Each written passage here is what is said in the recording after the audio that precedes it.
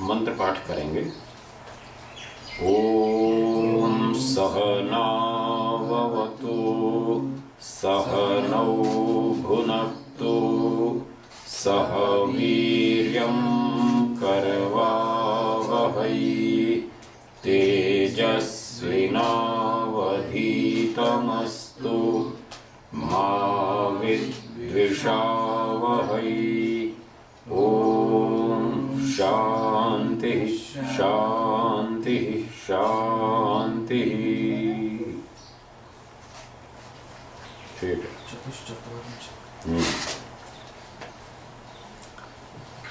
तो 43 सूत्रों तक ये चर्चा हुई जो सवितर्का समापत्ति थी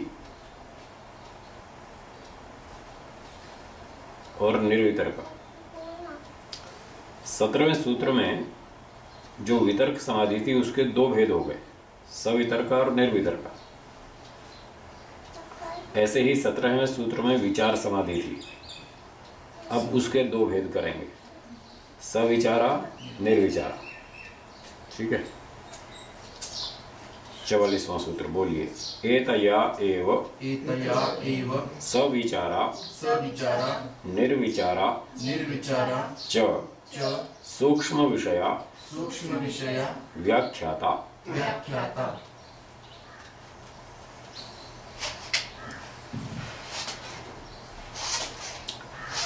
सूत्र का अर्थ है एतया एव, इसी व्याख्या से ही, जैसे अभी व्याख्या की ऊपर, इसी के अनुसार सविचारा और निर्विचारा ये दोनों समापत्तियां भी सूक्ष्म विषय वाली समझ लेनी चाहिए। इसमें विषय सूक्ष्म हो जाएगा, वो स्थूल विषय था, ये सूक्ष्म विषय हो जाएगा। वितर्क समाधि के दो भेद, सवितर्का निर्वितर्का। विचार के दो भेद, सविचारा निर्विचारा। तो वितर्क में क्या था? शब्द, अर्थ और ज्ञान तीनों थे, तो वो सवितर्का हो गई।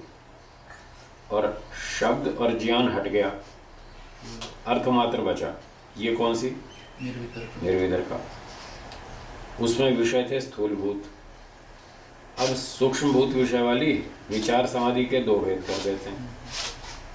जब सूक्ष्म भूतों का हम प्रत्यक्ष करेंगे समाधि में, और उसमें शब्द, अर्थ और ज्ञान ये तीनों होंगे, तो कौन सी कहलाएगी? सविचारा। सविचारा।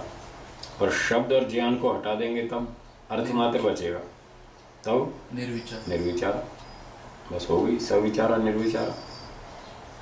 उसमें तीनों होंगे तो सविचारा, एक अर्थ मात्र हो तो निर्विचारा। विषय बदल जाएगा, सूक्ष्म भूत हो जाएंगे। भाष्य पढ़ेंगे। तत्र भूत सूक्ष्मेषु अभिव्यक्त धर्मकेषु देश काल निमित्त अनुभव अवच्छिन्नेषु या समापत्ति सा सविचारा इति उच्यते।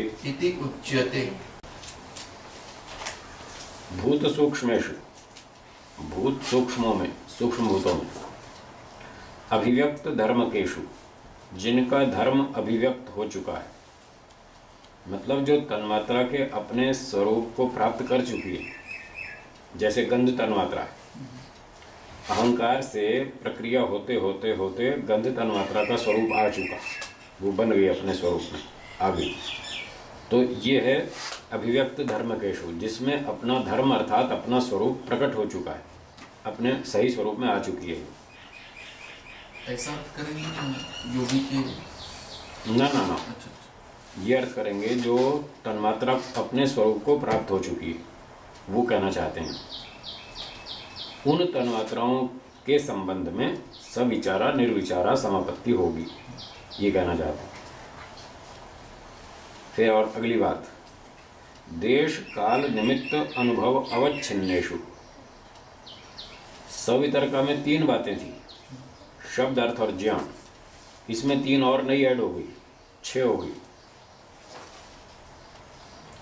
क्या क्या हो गई? देश, देश, काल और निमित्त।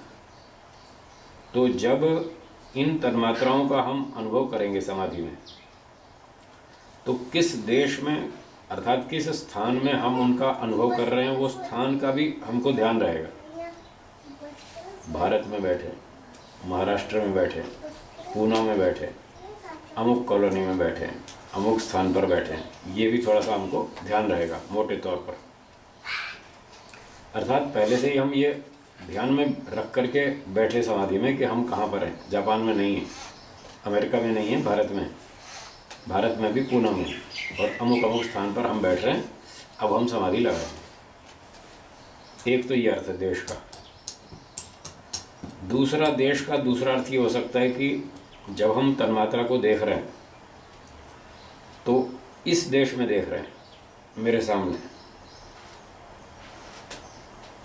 ठीक है। किसी भी चीज़ को हम देखते हैं तो अपने सामने ही देखते हैं ना, हमारा देखने का ढंग यही है। तो हम अपने सामने उसको प्रत्यक्ष अनुभव कर रहे हैं, तन्मात्रा को। दूसरा अर्थ ये लगेगा देश का। फिर अगला शब्द है काल। इस काल में, वर्तमान काल में हम उसका प्रत्यक्ष कर रहे हैं। काल का भी बोध रहेगा, ठीक है। क्या समय चल रहा है, सुबह का समय है, शाम का समय है, किस काल में हम बैठे ध्यान लगाने, समाधि लगाने, थोड़ा काल का भी बोध रहेगा। फिर है निमित्त। निमित्त शब्द का एक अर्थ है चित्त। निमित्त माने साधन। तो चित्त रूपी साधन से हम प्रत्यक्ष कर रहे हैं तन्मात्रा का। तो जैसे अभी निर्वितर्का में कहा था ना, स्वरूप शून्य, उसमें तो निमित्त का ध्यान नहीं रहा था कि मैं चित्त के माध्यम से प्रत्यक्ष कर रहा हूँ। इसमें निमित्त का ध्यान रहेगा कि मैं चित्त के माध्यम से अनुभूति कर रहा हूँ इस तन्मात्रा की, उसको प्रत्यक्ष कर रहा हूँ।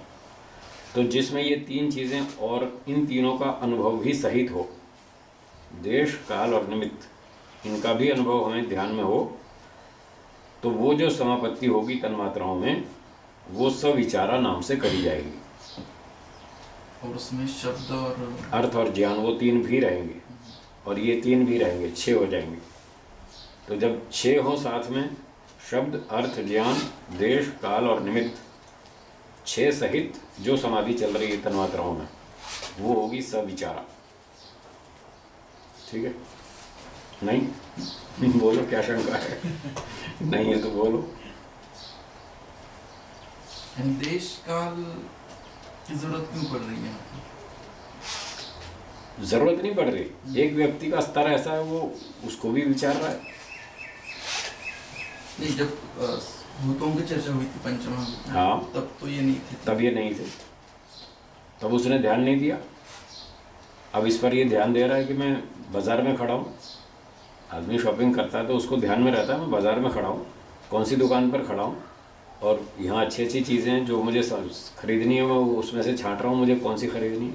उसको देश का भी, स्थान का भी बोध रहता है, टाइम का भी पता रहता है, शाम के 7 बज रहे हैं या सुबह के 10 बज रहे हैं, क्या बज रहा है, टाइम का भी बोध रहता है। उसमें कोई मतलब कोई आश्चर्यजनक बात नहीं है, कोई एबनॉर्मल बात नहीं है, जो सामान्य बात है। जब आदमी कहीं खड़ा है और किसी टाइम पर खड़ा है तो टाइम का और स्थान का तो उसको पता रहता ही है। अगर समाधि लगाते समय भी वो इसका बोध कर ले तो इसमें दिक्कत क्या है, आपत्ति क्या है? विषय बढ़ जाते हैं। वो तो बढ़ेगा ही, इसीलिए तो कह रहे हैं ये भी एक स्थिति है और वो भी एक स्थिति है, दोनों स्थितियाँ हैं। यदि ऐसी स्थिति है तो सविचारा, यदि अर्थमात्र है तो निर्विचारा। यही तो अंतर बताना चाहते हैं। ऐसी भी हो सकती है और केवल अर्थमात्र भी हो सकता है। तब 5 चीज़ें विदा हो जाएंगी, 3 ये और 2 पहले वाली, शब्द और ज्ञान। तब 5 चीज़ें विदा हो गई। केवल अर्थमात्र है तो निर्विचारा, और यदि इन सब का बोध भी हो रहा है तो सविचारा। विचार है हुए तो अच्छा ही नहीं। हाँ, अच्छा है, वो ठीक बात है, हाँ वो अच्छी बात है, पर विवरण तो देना ही पड़ेगा ना, बताना तो पड़ेगा ना। ऐसी ऐसी स्टेजेस होती हैं, बताने वाला तो सब बात बताएगा। ऐसा भी होता है, ऐसा भी होता है। अगर बताएगा नहीं और व्यक्ति उस स्थिति में पहुंच गया तो वो तो कंफ्यूज हो जाएगा, ये काम पहुंच गया मैं, ऐसा तो गुरुजी ने बताया नहीं था कि ऐसा भी होता है, ये तो बताया ही नहीं, अधूरी बात बताई। पर भूतों की जब समाधि लगा रहे हैं तो उस वक्त भी देश काल वो भी हो सकता है, कोई वैसा भी कर सकता है, उस समय देश काल का भी अनुभव कर ले, कोई मना नहीं।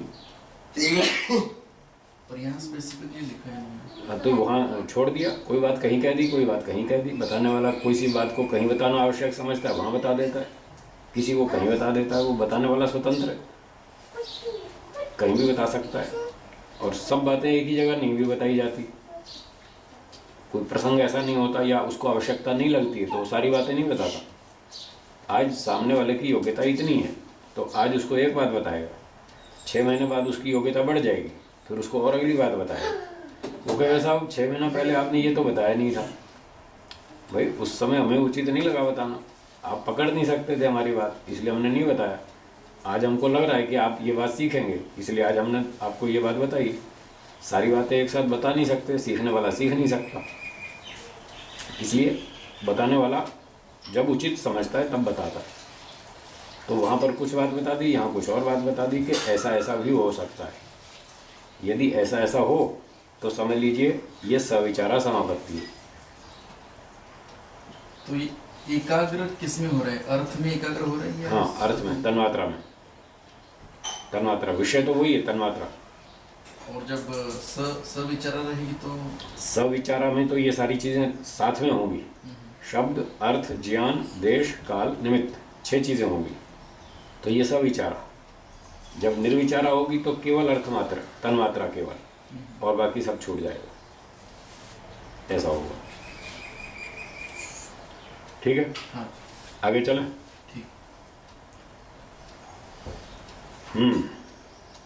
तत्रापि एक बुद्धि निर्ग्राह्यम एव उदित धर्म विशिष्टम भूत सूक्ष्मम आलम्बनीभूतम समाधि प्रज्ञायाम उपतिष्ठते।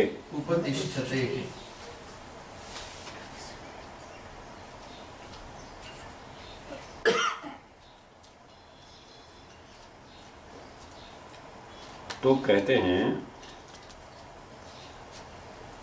तत्रापि समाधि प्रज्ञायाम, उस समाधि प्रज्ञा में भी जब सविचारा समापत्ति होगी उस समाधि में भी एक बुद्धि निर्ग्राह्यम, एक अवयवी का ही ज्ञान होगा। अवयवी तो सदा ही रहेगा, उसी का ही ज्ञान होगा। अवयव तो सूक्ष्म है, वो तो दिखते नहीं। तो जो अवयवों से निर्मित होकर जो अवयवी बना एक तन्मात्रा, उसी का ज्ञान होगा। एक बुद्धि निर्ग्राह्यम, अवयवी का ही ग्रहण होगा। उदित धर्म विशिष्टम, उसमें अपना धर्म विशेष प्रकट हो चुका है। गंध तन्मात्रा में गंध का, रस तन्मात्रा में रस का, ये उसका अपना धर्म विशेष है, जिससे वो पहचाना जाएगा कि ये गंध तन्मात्रा है, ये रस तन्मात्रा है, ये शब्द तन्मात्रा है, ये स्पर्श तन्मात्रा है। इस तरह से उसका जो जो अपना अपना धर्म है वो विशेष धर्म प्रकट हो चुका है। भूत सूक्ष्मम, वो सूक्ष्म भूत है। आलम्बनी भूतम समाधि प्रज्ञायाम, जो समाधि प्रज्ञा का विषय बना हुआ है, ऑब्जेक्ट। उपतिष्ठते, वो एक अवयवी के रूप में उपस्थित रहता है, उसकी अनुभूति एक अवयवी के रूप में होती है। ठीक है, चलिए आगे। एक और कुछ बोलिए। ये समाधि प्रत्यक्ष का विषय है। ठीक है, उसमें ये दोनों हट जाते हैं, शब्द और अनुमान। तो जब हम भूतों का प्रत्यक्ष कर रहे हैं, सूक्ष्म भूत तो थोड़ा समझ में आ रहा है, लेकिन भूतों का जैसे गाय, ठीक है, उस वक्त तो आँख खोल सकते हैं। अच्छा, बिल्कुल, आँख खोल के प्रत्यक्ष करेंगे। वहाँ इंद्रिया सन्निकर्षण है, और वहाँ जब लेना है तो आँख खोलेंगे, फिर आँख खोलनी पड़ेगी। शब्द है तब कान से सुनेंगे। हाँ, कान से हम उसको सुन भी सकते हैं। एक बार शब्द बोल लेंगे और कान से सुन लेंगे, वो प्रत्यक्ष के अंतर्गत आ जाएगा। उससे हमारी योग्यता भी बढ़ेगी ग्रहण करने की। प्रत्यक्ष में तो विशेष ज्ञान होता है, अनुमान और शब्द में गौण होता है, कम होता है। यानी अभी हम व्यावहारिक लोग हैं, देख तो लेते हैं सब प्रत्यक्ष रूप से, पर उतना गहरा प्रत्यक्ष नहीं होता, ये मोटा मोटा प्रत्यक्ष। हाँ, तो फिर से वो सीखना है, फिर से उसको और गहराई में जाना है। वैराग्य आएगा। हाँ, बार बार और गहराई में जाना, और गहराई में जाना। एक ही व्यक्ति मिठाई बनाता है और वो 6 महीने में मिठाई बनाना सीख जाता है, तो अच्छी मिठाई बना लेता है। लेकिन वही व्यक्ति फिर 20 वर्ष तक वो मिठाई बनाता रहता है रोज़। अब 20 वर्ष में जो परफेक्शन आती है वो 6 महीने में तो नहीं आई थी। तब भी मिठाई बन रही थी, तब भी यही कह रहे थे हाँ साहब मिठाई बनाता है, इसने सीख लिया। गाड़ी चलाने वाला ड्राइवर 6 महीने में 1 साल में गाड़ी चलाना सीख जाता है। लेकिन जो 20 साल तक गाड़ी चलाता लगातार, उसका अनुभव और 1 वर्ष वाले का अनुभव में बहुत फ़र्क है। तो ऐसे जैसे जैसे समय बीतता जाता है, बार बार उसको दोहराते जाते हैं, अनुभव बढ़ता जाता है, उसकी अनुभूति का जो गहराई का स्तर है वो और ऊंचा होता जाता है, अच्छा अच्छा अनुभव बढ़ता जाता है। ये बात है। तो ये सब नए सिरे से सीखना चाहिए। और इससे ये भी पता चलता है कि जो बीच में उपाय बताए थे इन्होंने कि इसको देखो, उसको देखो, इसको सुनो, इसको सुनो, तो वो अभी तालमेल बैठ रही है उस वजह से। क्योंकि अब तक जो सिखाया जा रहा था आर्य समाज के शिविरों में वगैरह कि एक देश हो, वो भी शरीर का ही भाव हो, और फिर वहीं पे ईश्वर का ध्यान करना चाहिए वगैरह वगैरह, तो वो एक हिस्सा था। वो तो उपासना है। हाँ, उपासना, ईश्वर उपासना है, एक भाग है, एक भाग है। हाँ, वो तो एक अपना जैसे दिनचर्या में रूटीन में होता है, वो तो उतना ही सिखा रहे हैं। ये योग और समाधि वैराग्य ये तो इससे और अलग चीज़ें हैं। हाँ, ये तो नए सिरे से करनी पड़ेगी। एक एक चीज़ को गहराई से जाके अध्ययन करना पड़ेगा, उसका सारा सार निकालना पड़ेगा, तब वो पूरा अच्छी तरह समझ में आएगा।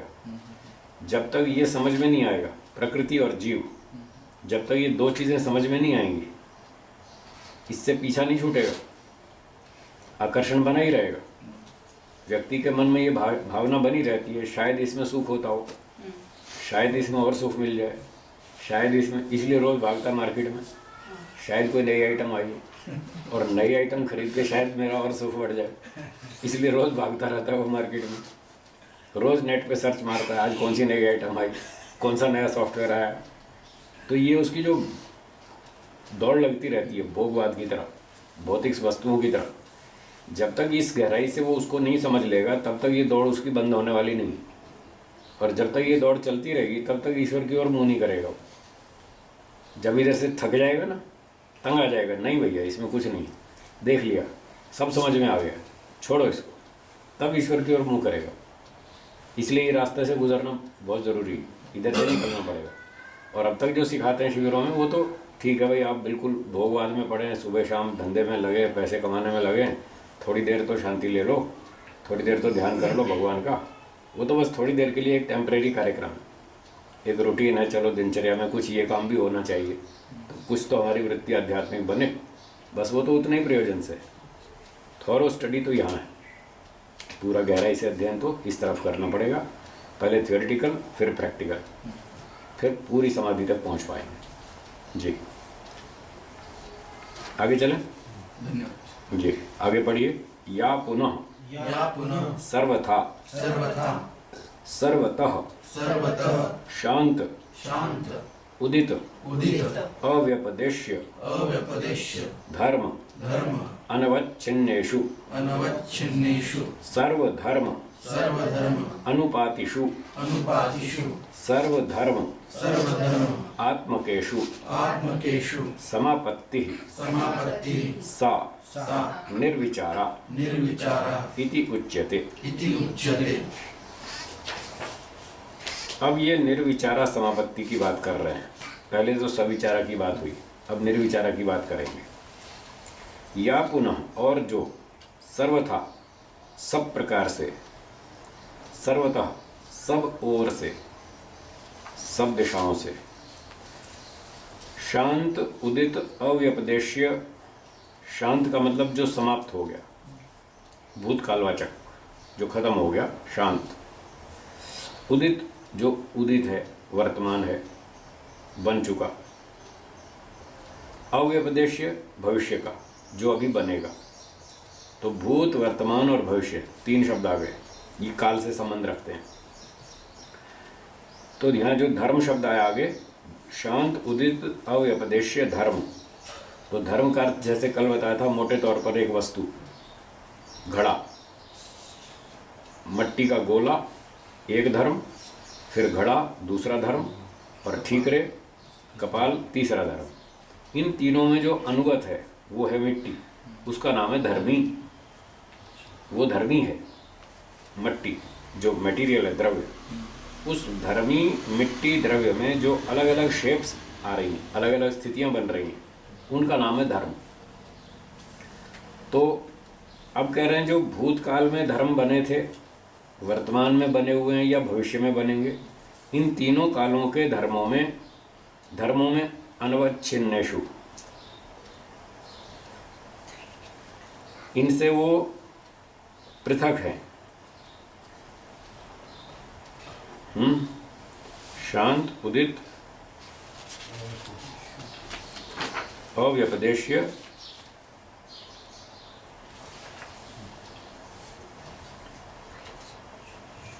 इन धर्मों से असंबद्ध है। अनवच्छिन्न, अवच्छिन्न माने युक्त, संबद्ध, अनवच्छिन्न असंबद्ध।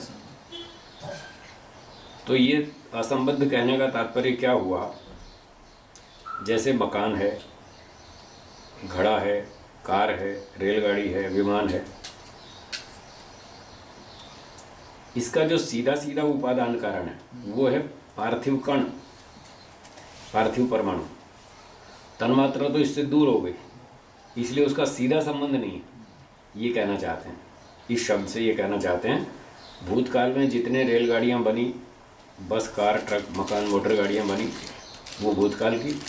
वर्तमान में जो बनी हुई हैं ये उदित होगी, और भविष्य में जो और आगे बनेंगी आज के बाद, वो भविष्य की हैं।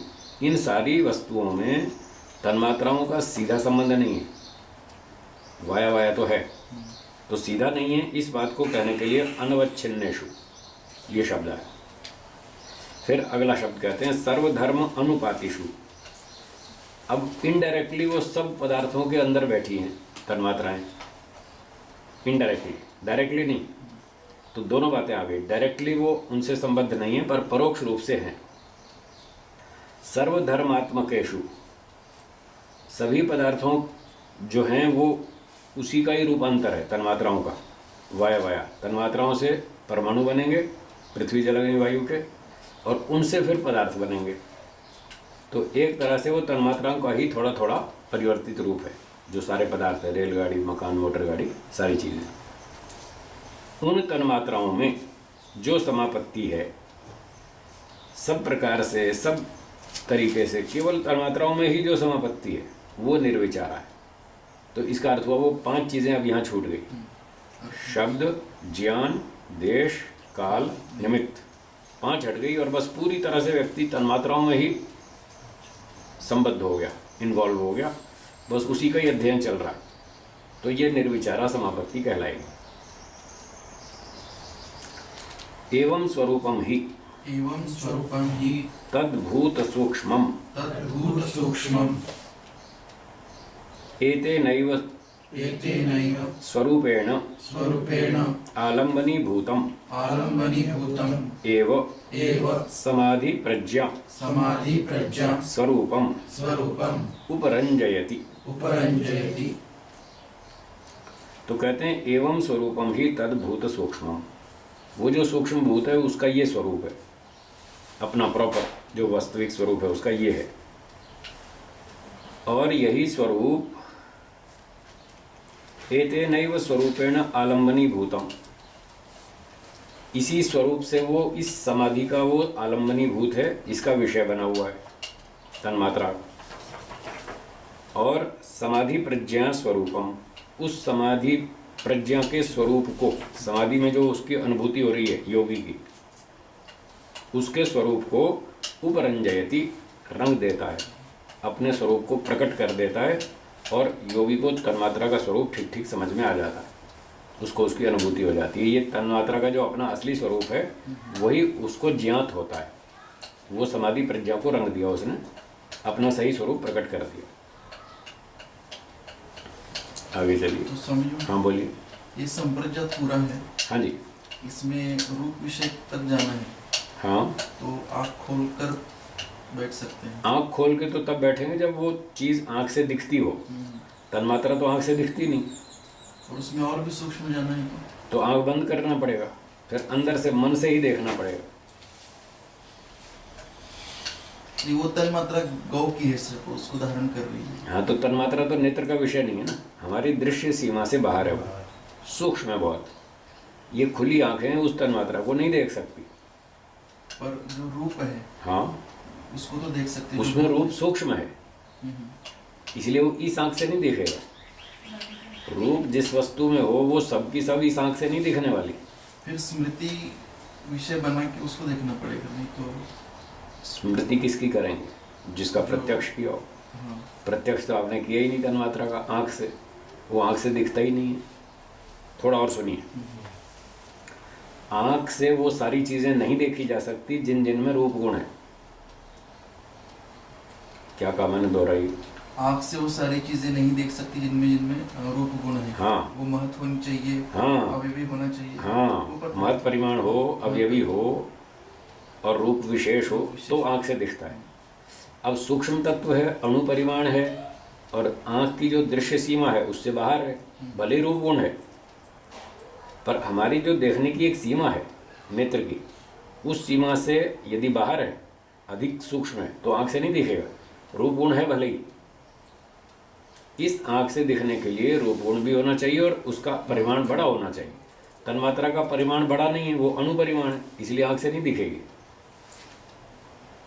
नहीं, जो भूत भी है, स्थूलभूत, जैसे पृथ्वी है, पंचमहाभूत, पृथ्वी, जल और अग्नि, ये तीन पदार्थ ऐसे हैं जो आंख से दिखते हैं। इनके भी महत्व परिमाण जब हो तभी दिखेंगे। हाँ, महत् परिमाण होगा तब दिखेंगे। जो एक ही अणु होगा उसका परमाणु वो नहीं दिखेगा। एक परमाणु नहीं दिखेगा पृथ्वी का, और उन 60 परमाणुओं का एक अणु, वो भी सूक्ष्म है, वो भी नहीं दिखेगा। फिर 2 अणुओं का एक द्वैणुक 120 परमाणु हो गए, वो भी नहीं दिखेगा। 3 द्वैणुक का एक त्रसरेणु यहाँ से दिखना शुरू होगा, तो उसमें 360 परमाणु हो जाएंगे। 120 के 3 गुना कर लो, 360। यहाँ से वो दृश्य सीमा के अंतर्गत आता है, तो अब दिखना शुरू होगा। 360 का जो एक त्रसरेणु है वो दिखेगा, 480 का एक चतुरणुक है वो दिखेगा, 600 परमाणुओं का पंचाणुक है वो दिखेगा, और बड़े बड़े बड़े सब पदार्थ दिखते जाएंगे जो दृश्य सीमा के अंतर्गत आते हैं, वो दिखेंगे। पर अणु, परमाणु, द्वैणुक यहाँ तक सूक्ष्म है, अणु परिमाण ये नहीं दिखेगा, चाहे पृथ्वी का भी क्यों ना हो। तो वो सारी चीज़ें नहीं दिखेंगी आँख से जिन जिन में रूप गुण है। रूप गुण के साथ साथ महत् परिमाण होना चाहिए, वो इनमें नहीं है। तो तन्मात्रा में भी महत् परिमाण नहीं है, वो तो अणु से, परमाणु से भी सूक्ष्म है, इसलिए वो आँख से नहीं दिखेगी। जब आँख से देखा ही नहीं तो स्मृति कहाँ से आएगी? स्मृति तो आँख से देखकर पहले उसका प्रत्यक्ष होगा, उस प्रत्यक्ष से उसका संस्कार बनेगा, उस संस्कार से स्मृति बनेगी। जिसका प्रत्यक्ष ही नहीं हुआ उसका संस्कार नहीं बनेगा, संस्कार नहीं बनेगा तो स्मृति भी नहीं आ सकती। इसलिए वो तो या तो शब्द प्रमाण से हम चल रहे हैं, या तो ऐसे समझ में आएगा, या फिर अंदर आंतरिक प्रत्यक्ष होगा। आंतरिक तन्मात्रा को मन से देखना पड़ेगा, उसका ये रूप बनेगा विचार समाधि में। ठीक है, चलिए आगे बढ़ते हैं। प्रज्ञा च स्वरूप शून्य इव अर्थमात्रा यदा भवति तदा निर्विचारा इति उच्यते। तो समाधि प्रज्ञा जो है वो कैसी होती है? स्वरूप शून्य इव, वही बात कि मैं चित्त के माध्यम से तन्मात्रा को देख रहा हूँ, ये चीज़ हट गई। जब ये हट जाती है कि किस माध्यम से मैं देख रहा हूँ, और अर्थ मात्रा यदा भवति, बस तन्मात्रा का ही मुझे अनुभव हो रहा है, तन्मात्रा की ही मुझे केवल अनुभूति चल रही है। जब ये बात होती है तदा निर्विचारा इति उच्यते, तब वो निर्विचारा समापत्ति कहलाती है। तो इससे पता चल गया अर्थ मात्र निर्भाषा, बाकी 5 इसमें विदा हो गए, हट गए। तत्र महद वस्तु विषया सवितर्का निर्वितर्का च। अब दोनों का भेद बतला रहे। तत्र, इन दोनों में भेद इतना है, महद वस्तु विषया सवितर्का निर्वितर्का च। स्थूल वस्तु विषय वाली, पंचमाभूत विषय वाली, वो तो सवितर्का और निर्वितर्का है। और आगे सूक्ष्म वस्तु विषया सविचारा निर्विचारा च। सूक्ष्म वस्तु विषय वाली सविचारा और निर्विचारा है। तो इस प्रकार से 4 समापत्तियां हो गई, सवितर्का, निर्वितर्का, सविचारा, निर्विचारा। इन 2 में स्थूल वस्तु विषय होगा, पंचमाभूत, स्थूलभूत, सवितर्का और निर्वितर्का में।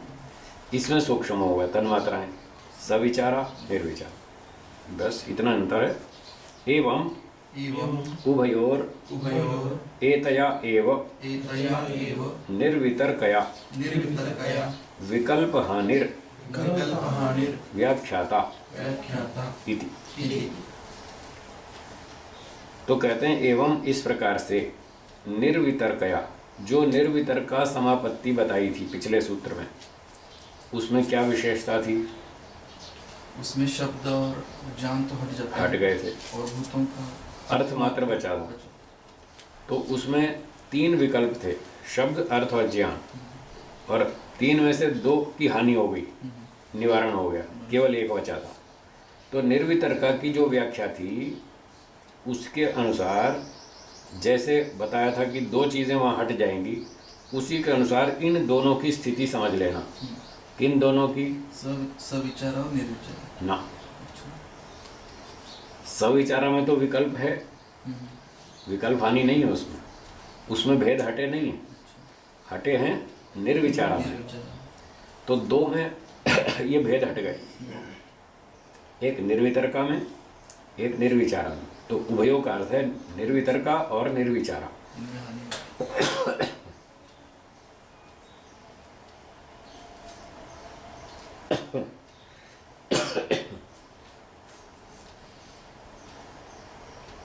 एवं उभयोर विकल्प हानि व्याख्याता, इस प्रकार से दोनों की विकल्प हानि समझ लेना, ये भेद प्रभेदों की रहितता। 2 निर्वितर्का और निर्विचारा, इन दोनों में ही वो भेद प्रभेद नहीं होते, केवल अर्थ मात्र होता है, ऐसा समझ लेना। किस आधार पर? निर्वितर्कया, उसकी व्याख्या से। ये पंक्ति हो गई स्पष्ट? हाँ। तो ये सूत्र पूरा हो गया।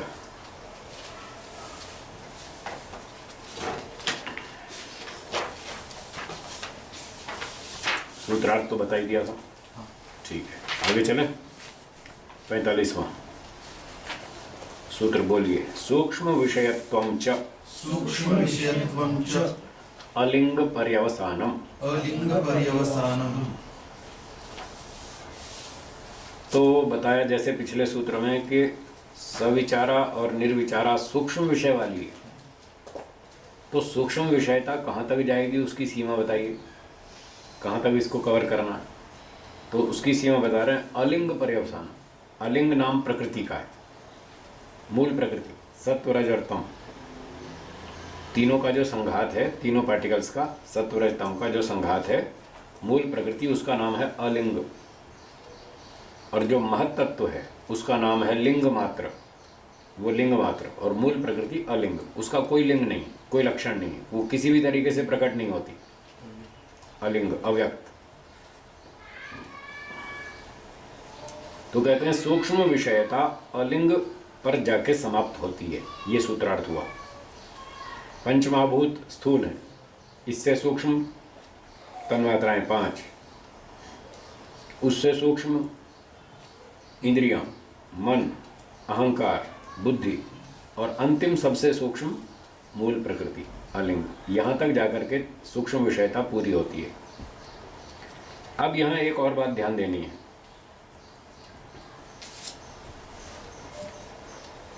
ये जो सूक्ष्म विषयता एक के बाद एक सूक्ष्म होते जा रहे हैं पदार्थ,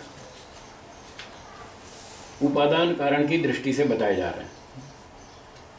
यद्यपि प्रकृति से अधिक सूक्ष्म जीवात्मा है और उससे अधिक सूक्ष्म परमात्मा है, तो वो तो छोड़ ही दिए यहाँ, वो दोनों भी इससे अधिक सूक्ष्म है, फिर उनका नाम क्यों नहीं लिया? तो इसलिए नहीं लिया कि वो इनके उपादान नहीं है, एक दूसरे के उपादान नहीं है। पंचमहाभूत का उपादान तन्मात्राएं हैं, तन्मात्राओं का उपादान अहंकार है, अहंकार का उपादान महत्तत्व है, महत्तत्व का उपादान प्रकृति। आगे प्रकृति का उपादान नहीं है, इसलिए यहाँ पे आके स्टॉप कर दिया, रोक दिया। कि उपादान कारण की दृष्टि से सूक्ष्म विषयता प्रकृति तक समझ लेना, आगे नहीं। ये सूत्रार्थ हुआ। चलिए भाष्यम। पार्थिवस्यणोर गंध तन्मात्रम सूक्ष्मो विषय। सूक्ष्मो विषय। पार्थिव अणु का सूक्ष्म विषय है गंध तन्मात्रा। पृथ्वी पिंड, उस पिंड का एक छोटा कण पार्थिव अणु, परमाणु, पार्थिव परमाणु, सबसे छोटा कण, इसका भी सूक्ष्म तत्व है तन्मात्रा, जो इसका उपादान कारण है।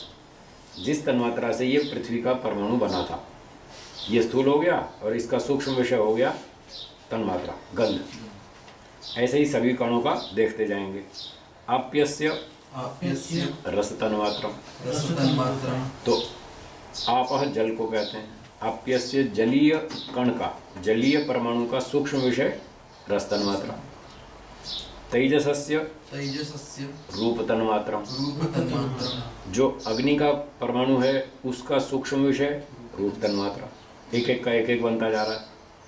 वायवीयस्य स्पर्श तन्मात्रम, वायु का जो परमाणु है उसका सूक्ष्म विषय है स्पर्श तन्मात्रा, उससे उपादान छोटा। आकाशस्य शब्द तन्मात्रम इति, आकाश का जो परमाणु है उसका सूक्ष्म विषय शब्द तन्मात्रा है। तो योग दर्शन में, सांख्य दर्शन में तो आकाश के परमाणु माने गए, आकाशीय अणोर सूक्ष्म विषय शब्द तन्मात्रा। शब्द तन्मात्राएं भी 5 मानी और पंचमहाभूत में भी 5 माने, और वो उनके कण भी माने, परमाणु भी माने। वैशेषिक किसी और आकाश की बात करता है, उसमें परमाणु नहीं है। वैशेषिक में जो आकाश की चर्चा है उसमें आकाश के परमाणु नहीं माने गए। वो शून्य आकाश की बात करता है, जो खाली स्पेस है, ओरिजिनल, जिसके अंदर सारे एटम्स टिके हुए हैं, स्पेस, खाली जगह, वो उसकी बात करता है। ये परमाणुओं वाले आकाश की बात करता है। इसलिए 2 तरह का आकाश है, एक परमाणु स्वरूप, एक परमाणु से रहित। एक की सत्ता है, एक की नहीं। हाँ, वो सत्ता तो ना कहें, सत्ता में तो फिर उलझ जाएंगे। परमाणु शब्द बोलो तो ठीक है, यहाँ एक एक शब्द सोच समझ के बोलना पड़ता है, फिर सत्ता बोलते ही वहाँ फिर अटक जाएंगे कहीं ना कहीं। सत्ता तो उसकी भी मानेंगे, परमाणु नहीं मानेंगे। नहीं, ऐसा कुछ है ही नहीं ना। नहीं नहीं, सत्ता तो उसकी माननी पड़ेगी, उसको द्रव्य माना है। वैशेषिक में 9 द्रव्य माने, 9 द्रव्यों में एक आकाश भी है, तो द्रव्य तो उसी को मानते हैं जिसकी सत्ता हो, तो उसकी सत्ता है, परमाणु नहीं। इसलिए हम सत्ता शब्द का प्रयोग नहीं कर रहे, हम वो बात कर रहे हैं सीधी सीधी, वैशेषिक वाले आकाश के परमाणु नहीं हैं और सांख्य योग के आकाश के परमाणु हैं। बस इतनी बात सीमित करते हैं तो बात स्पष्ट रहेगी।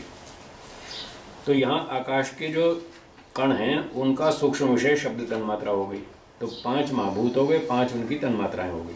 आगे चलिए। तेषाम अहंकार,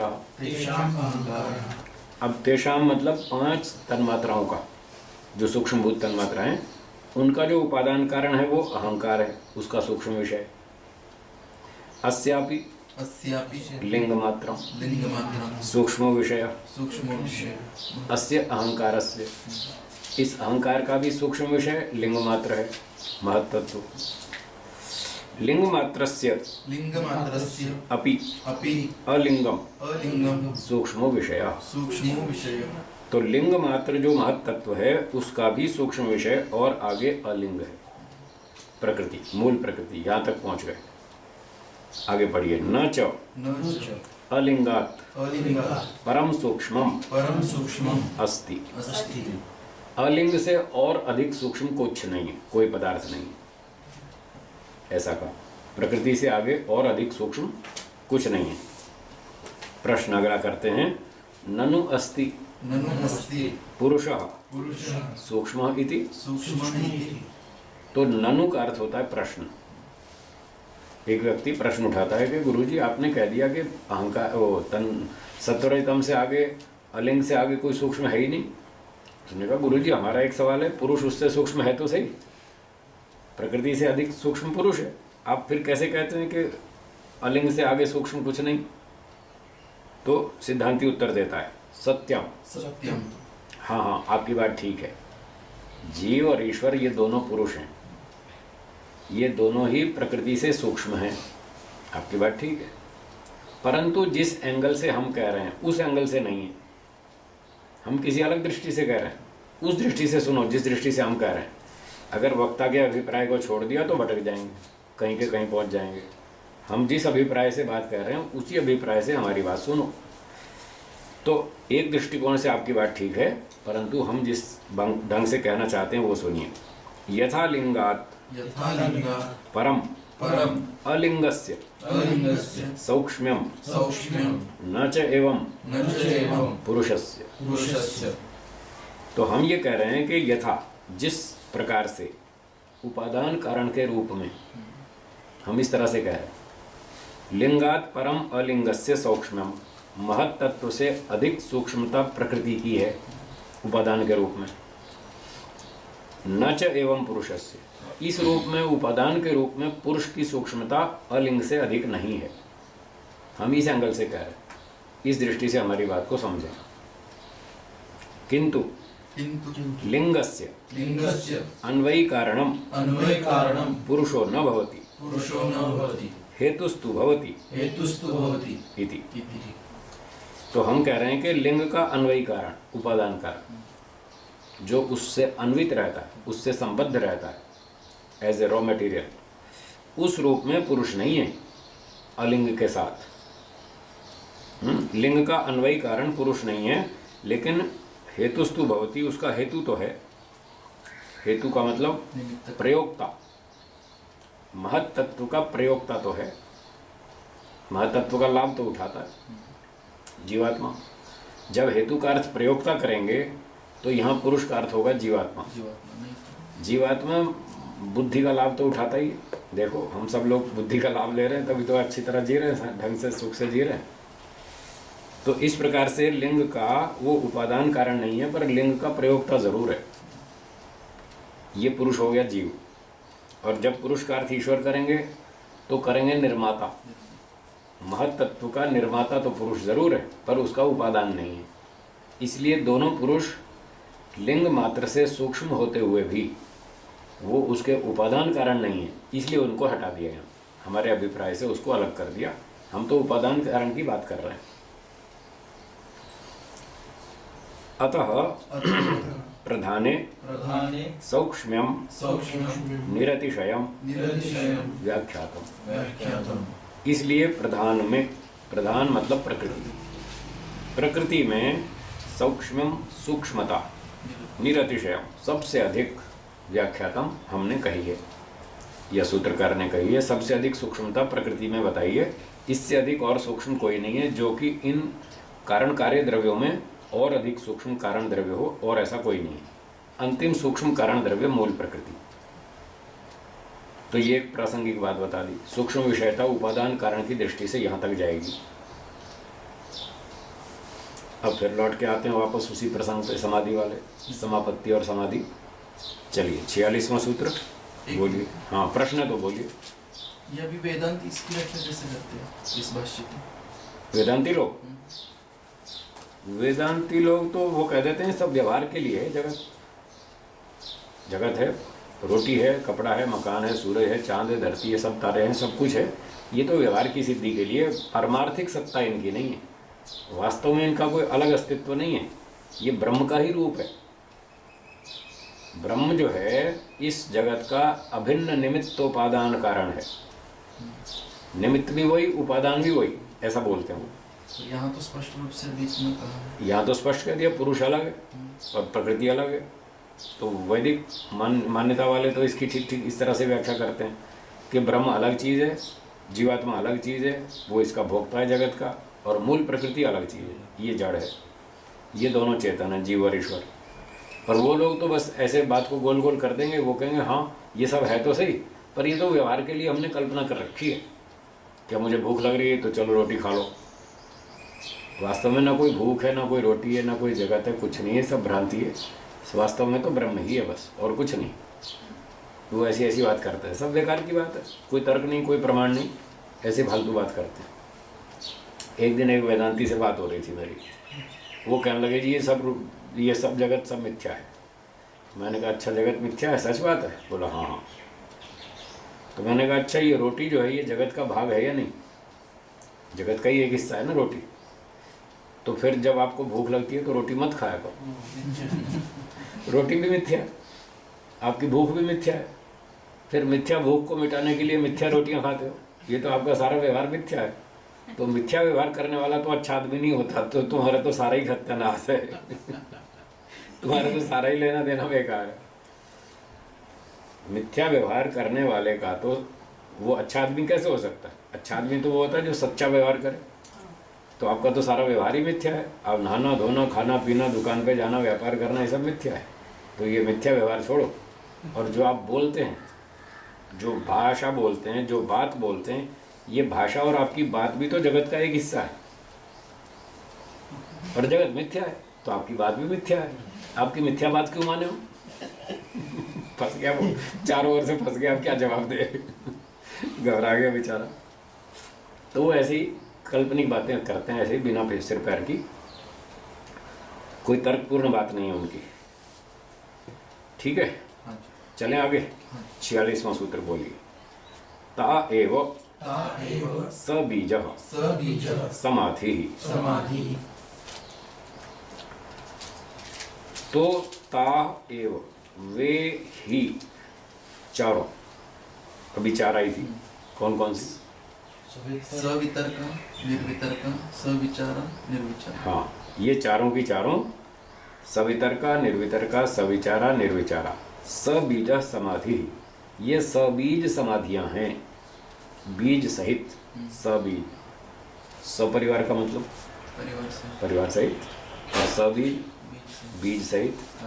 बीज कहते हैं कारण को, बीज कारण, गेहूं का बीज है वो, गेहूं के पौधे का कारण। तो यहाँ कौन सा बीज है? यहाँ है पुनर्जन्म का बीज। यहाँ तो आध्यात्मिक विषय चल रहा है ना, तो आध्यात्मिक क्षेत्र में तो बार बार जन्म होता है, बार बार शरीर बनता है, बार बार अंकुर फूटते हैं, पौधे बनते हैं। तो इस अंकुर फूटने का बीज है अविद्या। पुनर्जन्म का बीज, पुनर्जन्म का कारण वो है अविद्या। तो ये सारी की सारी संप्रज्ञात समाधियां, चारों की चारों, सवितर्का निर्वितर्का सविचारा निर्विचारा, ये सारी सबीज समाधियां हैं। ये समाधि प्राप्त होने पर भी अविद्या बची हुई है, अभी अविद्या नष्ट नहीं हुई। हाँ, ये बताना चाहते हैं, पुनर्जन्म का कारण अविद्या अभी बाकी है। ठीक है जी, ये सूत्रार्थ हो गया। आगे भाष्य देखिए। ताश्चतस्रः समापत्तयो बहिर्वस्तु बीजा इति समाधिरपि सबीजः। तो ये चारों की चारों समापत्तियां बाह्य वस्तु विषय वाली हैं। तो बाह्य वस्तु का अर्थ होता है ईश्वर को छोड़ के बाकी सारी चीजें, वो सब बाह्य वस्तु है। ईश्वर से अतिरिक्त बाकी बची हुई सब बाह्य वस्तु है। उसमें क्या आ गया? पंचमाभूत आ गए, प्रकृति, प्राकृतिक पदार्थ सारे आ गए, और जीवात्मा भी आ गए। ठीक है, और यहाँ अभी तक इन्होंने आनंद और अस्मिता की चर्चा नहीं की ना। तो अब हमें क्या करना पड़ेगा? या तो ये मानना पड़ेगा कि आनंद और अस्मिता के जो ऑब्जेक्ट्स थे, उन दोनों समाधियों के ऑब्जेक्ट्स भी इसी में इन्वॉल्व करो, इसी में इंक्लूड करो, सविचारा और निर्विचारा में। क्योंकि सूक्ष्म विषयता बताई थी ना, आगे तक है। तो सूक्ष्म विषयता के कथन से उनको भी इसी में इन्वॉल्व कर लें, इसी में जोड़ लें। या फिर ये माना जाए कि उनके भी दो दो भेद किए गए होंगे, कहीं वो सूत्र गायब हो गए, खो गए, कालक्रम से छूट गए वो सूत्र, कहीं गायब हो गए। ये एक दूसरी संभावना है। तो उनके दो दो भेद कैसे बनेंगे? आनंद के तो दो भेद बनेंगे, सानंद और निरानंद। अस्मिता के सास्मिता और निरस्मिता, ऐसे दो दो भेद करेंगे तो 4 के 8 हो जाएंगे। सवितर्का निर्वितर्का सविचारा निर्विचारा सानंद निरानंद सास्मिता निरस्मिता। पर ये जो दूसरी कल्पना है हमारी, दूसरी संभावना कि आनंद और अस्मिता के भी दो दो भेद बनाए गए हों और वो सूत्र कहीं छूट गए, गायब हो गए, ये मान्यता को आगे पिछले सूत्रों से बल नहीं मिलता। आगे पीछे के सूत्रों से इस संभावना को पुष्टि नहीं मिलती है। क्यों नहीं मिलती? इससे अगला सूत्र देखिए, 47वां, निर्विचार वैशारद्य। निर्विचार समाधि की कुशलता होने पर फिर उसका ये फल होता है अध्यात्म प्रसाद। आध्यात्मिक ज्ञान बहुत अच्छा ऊंचा हो जाता है। तो इस सूत्र से ये लगता है कि इन्होंने अंतिम समापत्ति निर्विचार ही मानी है। अगर उनके भी दो दो भेद किए होते तो अंतिम समाधि तो जो सबसे ऊंची होती वो निरस्मिता होती। तब निर्विचार न कहकर निरस्मिता वैशारद्य फिर ऐसा कहते, तो हम कल्पना कर लेते बीच में और भी सूत्र थे वो छूट गए, पर वो शब्द नहीं आया। इसलिए अब हमको क्या करना पड़ेगा? पहली संभावना स्वीकार करनी पड़ेगी कि उन बाकी आनंद और अस्मिता के जो विषय थे उनको भी इसी में जोड़ो, सविचारा में और निर्विचारा में।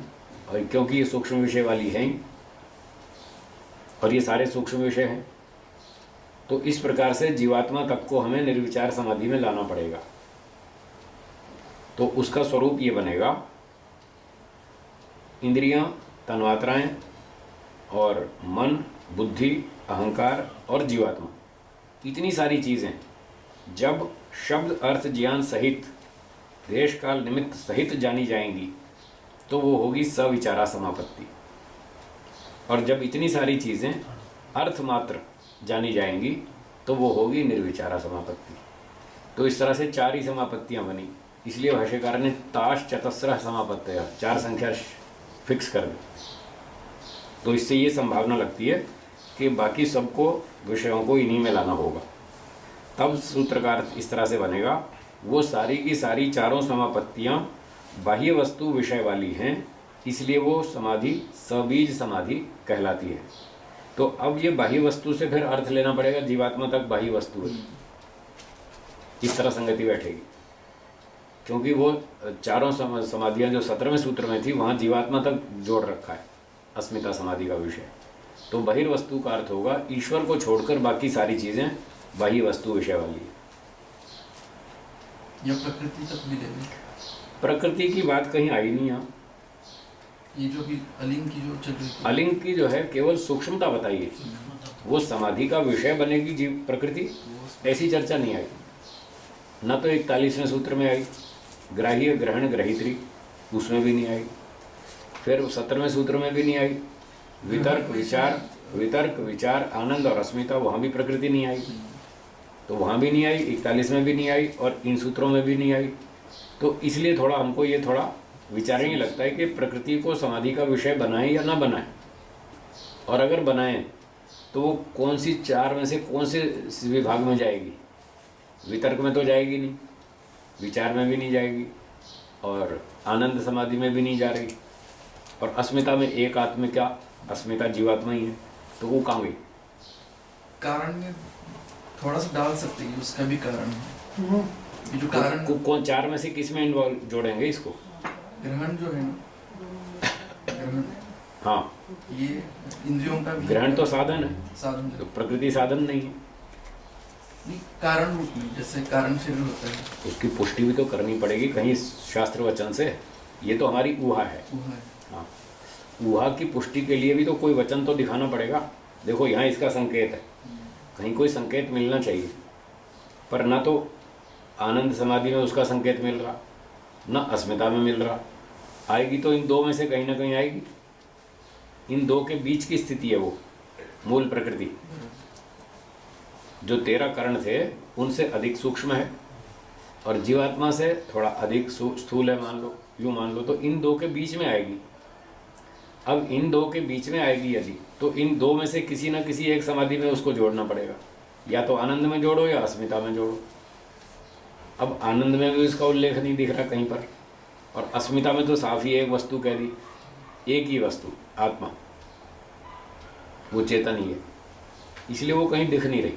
थोड़ी देर के लिए हम उसको छोड़ देते हैं, कोई बात नहीं, जितना समझ में आ रहा उतना ले लेते हैं। तो बहिर्वस्तु का अर्थ हुआ जीवात्मा भी और प्राकृतिक पदार्थ भी, ये सब बाह्य वस्तु है। तो ये सारी 4 समापत्तियां बाह्य वस्तु विषय वाली हैं, ईश्वर को छोड़कर बाकी सब चीज़ें इसमें आ गई। इसका अर्थ हुआ कि यहाँ तक अभी अविद्या बची हुई है, अविद्या मरी नहीं है, अभी पुनर्जन्म का कारण विद्यमान है। तो संप्रज्ञात समाधि भी प्राप्त हो जाए तब भी अभी मोक्ष की स्थिति नहीं बनी, ये जानना चाहिए। अब पूजा जी कहेंगी बहुत कठिन है। कठिन तो है ही। सरल कौन सा काम है ये बताओ? मैथ्स में पीएचडी करना सरल है क्या? एमटेक करना कोई सरल है क्या? सीए करना कोई सरल है क्या? कठिन तो सारी चीज़ें। बस व्यक्ति ठान लेता है मुझे ये करनी है तो हो जाता है, फिर सरल हो या कठिन हो जो भी हो। लोग तो कहते हैं आसमान के तारे भी हम तोड़ के धरती पर ला देंगे, बस ठान लो एक बार सब हो जाएगा। यदि भी तारे तोड़ना कठिन है, वो तो असंभव ही है, फिर भी एक मुहावरे की भाषा में बोलते हैं, आप कहो तो आसमान के तारे तोड़ के ला दें, बस एक बार ठान लो कि ये काम करना है, बस कर डालेंगे फिर तो हो ही जाएगा। कठिन तो है, परंतु दूसरा कोई विकल्प नहीं है और कोई चारा नहीं, करना ही पड़ेगा। इसको किए बिना हमारे दुख समाप्त होने वाले नहीं। सब लोग कहते हैं जी दुनिया में बहुत झंझट, परेशानी है, दुख है। कल गए थे ना, वो माता जी कह रही थी अगला जन्म नहीं चाहिए। किसको चाहिए? जिसको समझ में आ रहा है संसार में दुख है, किसी को भी नहीं चाहिए अगला जन्म। तो फिर अगला जन्म हो तो फिर स्कूल जाना पड़ेगा, फिर एलकेजी में बैठो, फिर ABCD 1 2 3 4 फिर सीखना पड़ेगा, है ना समस्या? तो जो विचार करता है, गहराई से सोचता है, उसको संसार में दुख दिखता है, और जिसको दुख दिखता है तो फिर वो सोचता है बस एक ही रास्ता है छूटने का और कोई चारा नहीं। तो करो करो, जितना भी कठिन हो यही करना है। इस प्रकार से अविद्या को मारना ही होगा और फिर जाके मोक्ष होगा। आगे अगली पंक्ति देखिए, तत्र स्थूले अर्थे सवितर्को निर्वितर्कः सूक्ष्मे अर्थे सविचारो निर्विचारः इति। चतुर्धा उपसंख्यातः समाधिरिति।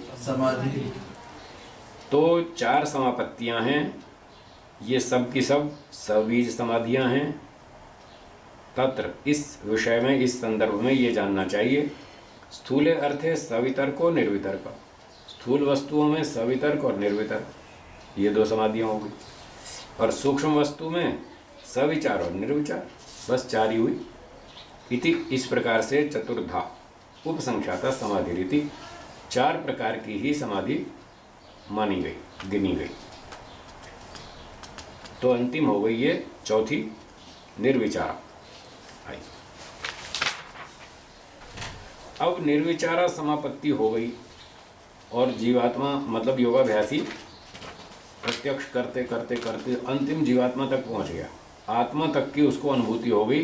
जीवात्मा क्या है वो समझ में आ गया, उसकी फर्स्ट क्लास अनुभूति हो गई, गहराई में, सूक्ष्म। ऐसे मोटा अनुभव तो सभी को है, आत्मा का मोटा अनुभव तो सभी को है। हर व्यक्ति महसूस करता है मैं हूँ, हाँ या ना? सभी महसूस करते हैं मैं हूँ। कोई यूँ कहता है मैं नहीं हूँ? ऐसा तो कोई भी महसूस नहीं करता मैं नहीं हूँ। चाहे वो शराब भी पी ले तो भी वो इतना महसूस करता है हाँ मैं हूँ। नशे में हो तब भी कहता मैं हूँ। मैं हूँ की अनुभूति तो या तो बेहोशी में ही छूटती है, बस बेहोश हो जाए तो ठीक है, वो कहेगा अब मुझे पता नहीं चल रहा मैं हूँ या नहीं हूँ, फिर कुछ नहीं कहेगा वो। पर यदि होश में है तो वो महसूस करता है मैं हूँ। ये तो मोटी अनुभूति है, ये मैं हूँ ये आत्मा की अनुभूति है। और प्राकृतिक वस्तुओं में से कोई भी वस्तु ये महसूस नहीं करती मैं हूँ। क्या ये कंप्यूटर ये महसूस करता है मैं हूँ? चेतन कर सकती है, नहीं करेगा नहीं, ये जड़ वस्तु है। पर हमें कैसे पता? हमें ऐसे पता कि हम चेतन है। हमें ऐसे पता हम चेतन है, ये जड़ है। जड़ वस्तु में अनुभूति की क्षमता नहीं होती। जड़ वस्तु में अनुभूति करने की क्षमता नहीं होती। अगर होती तो इसको डंडा मारो तो ये चिल्लाना चाहिए। नहीं। कुत्ते को डंडा मारो वो चिल्लाता है, तो पता लगता है ना ये महसूस कर रहा है। दीवार को डंडा मारो वो नहीं चिल्लाती। कार को डंडा मारो वो नहीं चिल्लाती पेड़ पौधों को मारे तो हैं। पेड़ पौधे हाँ, पेड़ पौधे वो ऐसे नहीं चिल्लाते, पर अंदर अंदर वो दुखी होते हैं, उसमें आत्मा है। हाँ, पेड़ पौधों में आत्मा है, बिल्कुल है। जैसे जैसे वो तो हर एक का सिस्टम अलग है, कोई जोर से चिल्लाता है, कोई धीरे चिल्लाता है, कोई बाहर चिल्लाता है, कोई अंदर चिल्लाता है, वो तो सिस्टम अलग अलग है, पर उसमें आत्मा जरूर है, वो तो सिद्ध हो जाएगा। जैसे गधे से गधा पैदा होता है, घोड़े से घोड़ा होता है, कुत्ते से कुत्ता होता है, आदमी से आदमी होता है, तो गेहूं से गेहूं पैदा होता है कि नहीं? होता है ना। तो उसमें आत्मा हो गई, सिद्ध हो गई। आदमी में आत्मा है तभी तो आदमी से दूसरा आदमी पैदा होता है। कुत्ते गाय घोड़े में आत्मा है तभी तो उससे अगली संतान पैदा होती है, उसी नस्ल की, उसी जाति की। तो गेहूं से गेहूं पैदा होता है, चने से चना होता है, ज्वार से ज्वार होता है, बाजरी से बाजरी होती है, तो उसमें आत्मा सिद्ध हो गई। बस ये अलग सिस्टम है कि हम जोर से चिल्लाते हैं, वो चिल्लाता नहीं है जोर से, अंदर अंदर तो दुखी होता ही रहता है, नहीं तो फिर कर्म फल क्या हुआ? जी, वो बीज है और उसमें आत्मा है कि नहीं? तो जब तक बीज आपके गोडाउन में रखा है बोरी में, तब तक कोई आत्मा नहीं है। जब उस बीज को खेत में बोएंगे तब ईश्वर आत्मा भेजेगा, तब उसका अंकुर फूटेगा। जब तक उसमें अंकुर फूटने की प्रक्रिया शुरू नहीं होती तब तक उसमें कोई आत्मा नहीं, तब तो वो बीज है और वो अनाज है, उसको आप कूट पीस के खा लो, कोई दिक्कत नहीं है। ठीक है, चलिए। तो गुरुजी, हाँ जी, हम वृक्ष के फल जो खाते हैं, हाँ जी, तो जब तक वृक्ष में है तब तक उसमें जीवात्मा है। किसमें? वृक्ष में, फल में नहीं। फल में नहीं। फल में नहीं है, वृक्ष में एक आत्मा है। हमारे शरीर में एक आत्मा है। हाँ, बराबर। और हमारे हाथ पांव अंग तो बहुत सारे हैं, ठीक है, सर के बाल भी हैं, हाथ भी हैं, हाथ के नाखून भी हैं, बहुत सारी चीज़ें हैं, पर इन सारे शरीर में आत्मा एक ही है। ऐसे ही वृक्ष के अंदर आत्मा एक ही है, और उसके 200-250 आम लगे हैं, 200, 400, 500 जामुन लगे हैं, वो जितने भी लगे हैं वो उस शरीर के हिस्से हैं, उसके अंग हैं, उनमें आत्मा केवल एक ही है, और वो आत्मा है वृक्ष की जड़ में। जब तक जड़ सलामत है वृक्ष जीवित है, जड़ उखाड़ दो वृक्ष मर जाएगा। तो वृक्ष की जड़ में आत्मा सुरक्षित है, वो एक ही आत्मा है। उसी आत्मा के कारण भगवान ने ये सिस्टम बना रखा है, उसमें फल फूल डाली पत्ते शाखा सब आते रहते हैं। तो अब प्रश्न ये होता है, कई लोग कहते हैं साहब आप भेड़ बकरी मार के खाते हैं, तो कहते हैं पाप लगता है।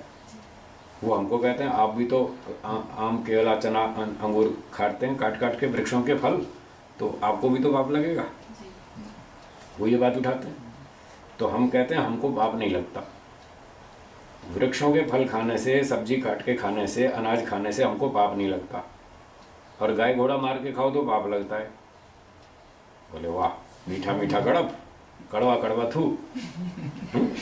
आप खाओ तो पाप नहीं लगता और हम खाएं तो पाप लगता है, ये क्या मतलब हुआ? तो हमने कहा इसका कारण ये नहीं कि हम कह रहे हैं इसलिए हमें पाप नहीं लगता। पाप इसलिए नहीं लगता कि हमको भगवान ने छूट दे रखी है खाने की, और वो छूट आपको भी दे रखी है, आप भी खा लो, गेहूं चना ज्वार बाजरी खा लो, आपको भी पाप नहीं लगेगा। और आप गाय घोड़ा मार के खाओगे तो पाप लगेगा। ईश्वर का नियम सबके ऊपर एक जैसा है। तो ईश्वर ने कहा है वेदों में, संविधान में बताया कि गेहूं खा लो, चना खा लो, ज्वार खा लो, बाजरी खा लो, दूध पी लो, दही खा लो, मक्खन खा लो, मलाई खा लो, मिठाई खा लो, गाजर मूली अनाज सब खा लो, छूट है। गाम में अहिंसी, गाय को मत मारना, उसके लिए मना है, या उसके कानून तोड़ोगे तो दंड मिलेगा, वो अपराध है।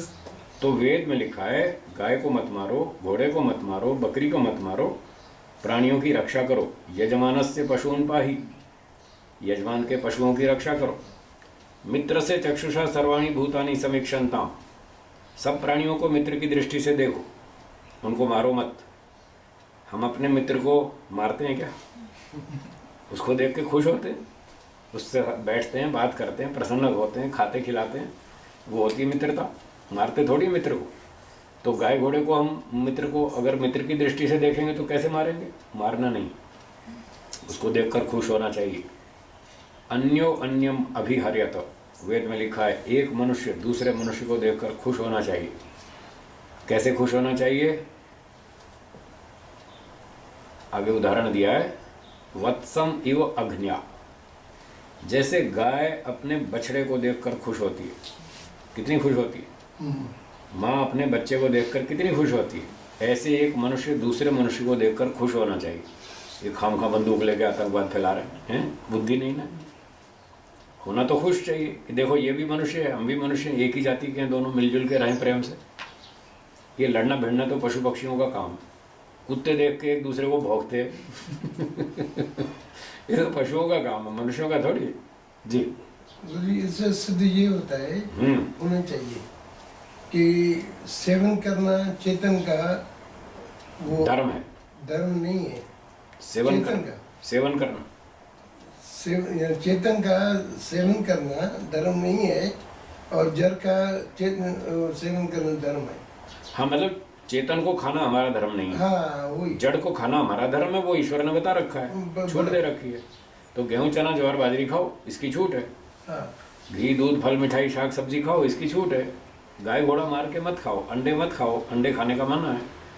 माँ अंडा, एक मंत्र में लिखा है माँ अंडा, अंडे मत खाओ, अंडे मत तोड़ो। वो पक्षियों के अंडे, वो उनके बच्चे हैं, उनको सुरक्षित रहने दो, उनकी भी रक्षा करो, ये खाने के लिए नहीं। अंडों में जीव होता है? बिल्कुल होता है, गेहूं नहीं होता। जीव के बिना अंडे बन ही नहीं सकते, आत्मा के बिना अंडे का विकास ही नहीं होगा। ऐसा तो नहीं, जैसे अभी बताया ना कि बीज को जब हम खेत में बो देंगे तभी तो अंकुर फूटेगा, तो आत्मा की उपस्थिति के बिना अंकुर फूटेगा ही नहीं।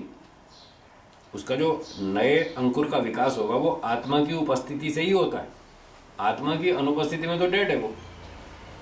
इस शरीर में आत्मा है, इसलिए शरीर लिविंग है, जीवित है, इसमें से आत्मा निकल जाएगी, ये डेड हो जाएगा। तो आत्मा की उपस्थिति के कारण ही वो शरीर जीवित रहता है।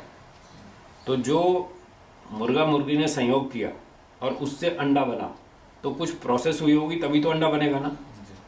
तो वो जो प्रोसेस होगी वो आत्मा के बिना होएगी ही नहीं। इसलिए अगर कोई अंडा बन रहा है या बन चुका है तो समझ लो उसमें आत्मा जरूर है।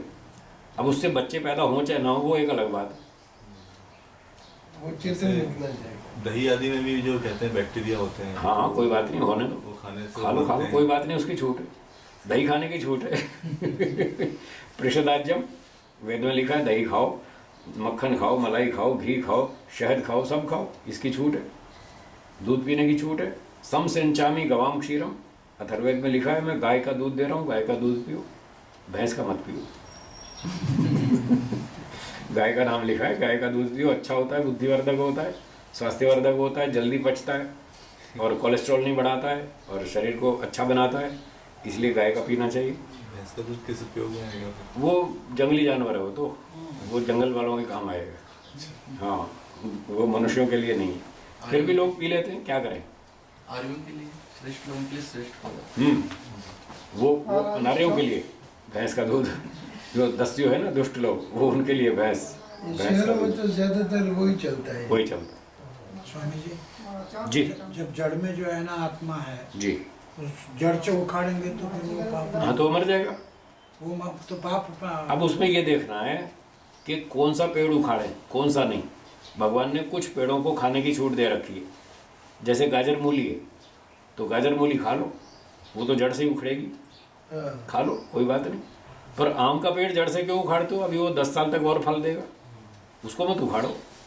जो लंबा फल दे सकता है उसको मत उखाड़ो, जो एक ही बार में खाया जाता है वो उखाड़ना ही पड़ेगा, और कैसे खाएंगे। शकरकंदी है जो मिट्टी के अंदर ही होती है, आलू है, शकरकंदी है, अदरक है, गाजर है, मूली है, ऐसी कई चीज़ें जो मिट्टी के अंदर होती हैं वो तो जड़ी है, वो तो उखाड़नी पड़ेगी, उसकी छूट है। वो एक ही बार फल देता है पौधा। ऐसे अलग अलग सिस्टम है, कई पौधे एक ही बार फल देते हैं, कई पौधे बार बार फल देते हैं। तो गेहूं की फसल है, वो एक ही बार फल देती है और फिर वो जड़ उसकी ख़त्म हो जाती है, उखाड़नी पड़ती है, फिर दोबारा नया बीज बोना पड़ता है।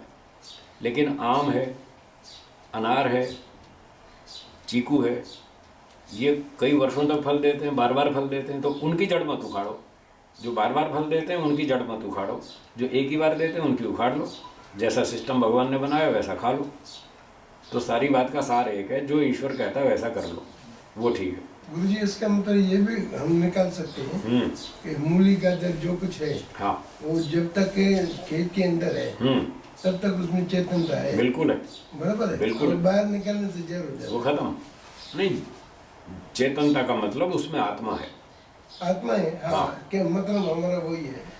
हाँ, वो ठीक है, उसमें आत्मा है। हाँ, उसके बाद आपने कहा ना वो जड़ हो जाता है। जड़ तो शरीर पहले से ही था। मूली गाजर का शरीर तो जड़ है, वो पहले भी जड़ था और अब भी जड़ है। फर्क ये है कि पहले जब जमीन में थी वो, हाँ, तब तक उसमें आत्मा थी। बराबर उखाड़ लेने के बाद आत्मा निकल गई। बराबर। हाँ, जड़ तो जड़ ही रहेगा, चेतन चेतन ही रहेगा। चेतन वस्तु जड़ नहीं होती, जड़ वस्तु चेतन नहीं होती। वो शब्द हमको ध्यान में याद रखना है। उसी आधार से हमको अपनी बात करनी है, नहीं तो फिर भ्रांति पैदा होती है। तो भ्रांति नहीं होनी चाहिए। इसलिए तो नाप तोल के बोलना पड़ता है, एक एक शब्द बहुत नाप तोल के बोलना पड़ता है। चलिए आगे चलें। 47वां सूत्र बोलिए। निर्विचार निर्विचार वैशारद्ये वैशारद्ये अध्यात्म प्रसादः। अध्यात्म प्रसाद। तो इस सारे प्रसंग से ये पता चल रहा है कि अंतिम ऊंची समाधि निर्विचार है, जिसमें जीवात्मा तक के पदार्थों का साक्षात्कार हो जाएगा। पंचमहाभूत, तन्मात्राएं, 13 करण और जीवात्मा सबका अनुभव हो गया। यहाँ तक संप्रज्ञा समाधि है, सबीज समाधि है। और यहाँ तक आत्मा तक की अनुभूति होने पर क्या होगा? निर्विचार वैशारद्य। निर्विचार समाधि में कुशलता प्राप्त करने पर अध्यात्म प्रसाद, आध्यात्मिक ज्ञान बहुत ऊंचा उठेगा। जैसे कल उदाहरण दिया था, एक सामान्य व्यक्ति इस दीवार को देखता है और एक सिविल इंजीनियर इस दीवार को देखता है, तो दोनों के देखने में बहुत अंतर है, फर्क है। बहुत अंतर है। एक कपड़े का व्यापारी नया नया 2 साल उसका अनुभव है, वो कपड़ा देखता है, और एक 30 साल का अनुभवी व्यक्ति जिसका 30 साल से कपड़े का धंधा है, वो उस एक कपड़े को देखता है, तो दोनों में फ़र्क होगा देखने में।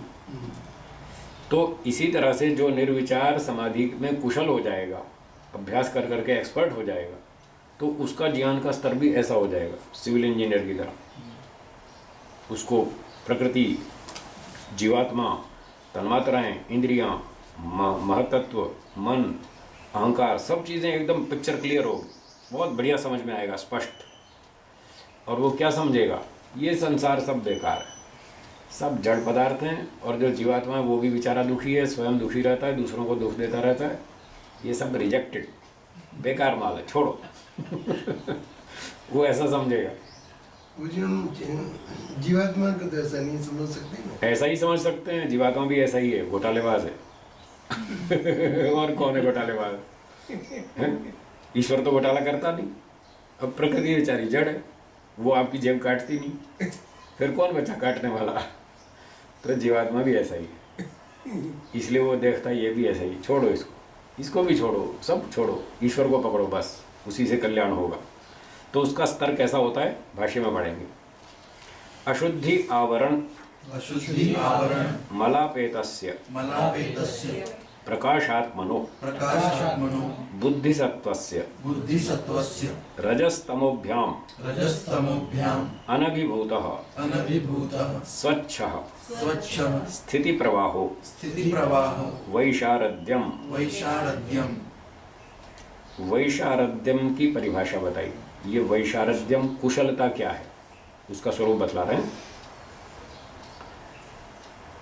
अशुद्धि आवरण मल अपेतस्य। अशुद्धि रूपी आवरण, अशुद्धि के आवरण रूपी मल से हटा हुआ, रहित हुआ, ये विशेषण है बुद्धिसत्त्वस्य का। और बुद्धि का अर्थ यहाँ है चित्त। तो जो चित्त है हमारा, उसमें अशुद्धि का जो आवरण था अविद्या का, वो हट गया। वो अविद्या का ही नाम मल है। कहीं मल, विक्षेप और आवरण, ऐसे ऐसे कई शब्दों का प्रयोग करते हैं। तो अविद्या की जो अशुद्धि रूप आवरण था वो हट गया, और प्रकाशात्मनो, जो सत्व प्रधान है, जिसका स्वरूप है सत्व प्रधान, चित्त का ओरिजिनल जो फॉर्म है वो सत्व प्रधान है, तो वो अपने ओरिजिनल फॉर्म में आ गया, अपने मूल स्वरूप में आ गया। जो अविद्या का आवरण था वो हट गया और अपना खूब अच्छा सात्विक सत्व प्रधान बन गया। ऐसे बुद्धि सत्व का अर्थात चित्त का रजस तमोभ्याम, रज और तम से अनभिभूत, अब वो दबा हुआ नहीं, रज और हट गया, तम भी हट गया, शुद्ध सत्व स्वरूप में आ गया, अपने प्रकाशात्मक ज्ञान को प्रकट करने वाला, अच्छी प्रेरणा उत्पन्न करने वाला, सेवा परोपकार की भावना उत्पन्न करने वाला, ऐसे सही स्वरूप में आ गया। और इस स्थिति में जो उसका स्वच्छ स्थिति प्रवाह, जो उसका साफ सुथरा उसका समाधि का प्रवाह चल रहा है, ज्ञान का स्तर अच्छा चल रहा है, इसका नाम है वैशारद्यम। मतलब वो लगातार सत्व प्रधान अवस्था में बना रहता है। रज और तम को उसने उखाड़ फेंका, दूर कर दिया, और वो लगातार अधिकार पूर्वक अपने मन को इस तरह से बनाए रखता है वो व्यक्ति। ये हो गई वैशारद्यम, उस निर्विचार समाधि की कुशलता, ये स्तर आ गया। फिर क्या कहते हैं? यदा निर्विचारस्य समाधेर वैशारद्यम इदं जायते तदा योगिनो भवति अध्यात्म प्रसादो भूतार्थ विषयः क्रम अननुरोधी स्फुटः प्रज्ञालोकः। जब निर्विचार समाधि का यह वैशारद्य उत्पन्न हो जाता है, कुशलता आ जाती है निर्विचार समाधि में, पंचमहाभूत भी समझ में आ गया, तन्मात्राएं भी देख ली, मन बुद्धि इंद्रियां भी सब देख ली, और जीवात्मा तक को देख लिया, और किसी में कोई सार नहीं मिला।